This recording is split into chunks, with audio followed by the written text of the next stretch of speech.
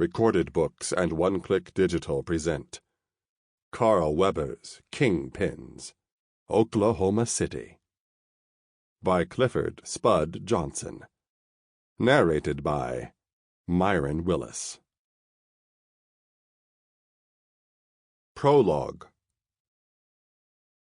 4 people. 2 meetings.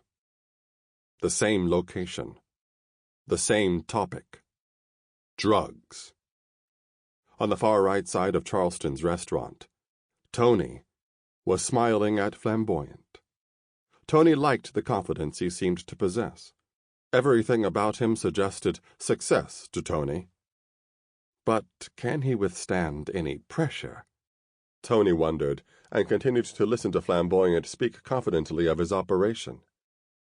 There's nothing that I can't move in this city, so as long as you keep me properly stocked, I will bring you that paper, guaranteed. Would you have a problem if I set a certain timetable on the delivery of my money? Tony asked, with that smile still firmly in place. It depends. Shit. May fall differently from time to time, so I'd have to see how well my team is rocking before I'd accept terms like a time limit and shit.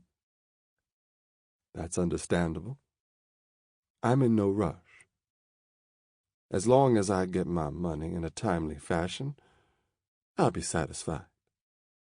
I told you when we first met that you fit my qualifications as a money maker. That's why we're here today. I have a few more questions I need answered before we get to the next phase of this meeting. Ask away, Flamboyant said in his normal cocky manner. I can tell that you're confident in your team. That's a good sign. It shows me that there's loyalty in your camp. No doubt. No one on my team would ever cross me.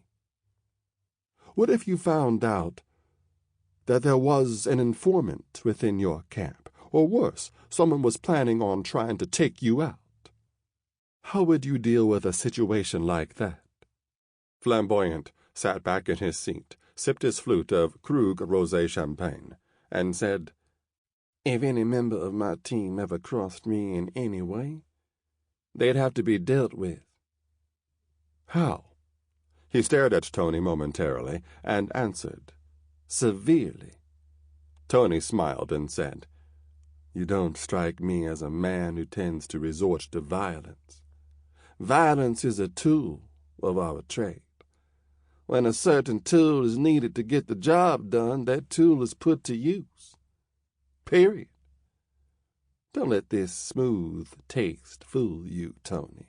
I do what needs to be done in order to maintain a strong team. Understood. So, tell me something. Which would you prefer? To be loved or to be feared? In what? My personal relationships or business? Both. Flamboyant smiled brightly and said, I'd rather be loved. Why? As long as my team loves me, they'll continue to do what it takes to make sure that I'm happy. As for relationships, I have only one, and I don't plan on having another, so that's pretty much the same as with my business. Wifey knows the love is real on my part, so she'll continue to love me just as much as I'm loving her. Real talk. Interesting. I've always thought the streets had no room for love. The love is out there in them streets. Some niggas just don't know how to use it to their advantage. And you do.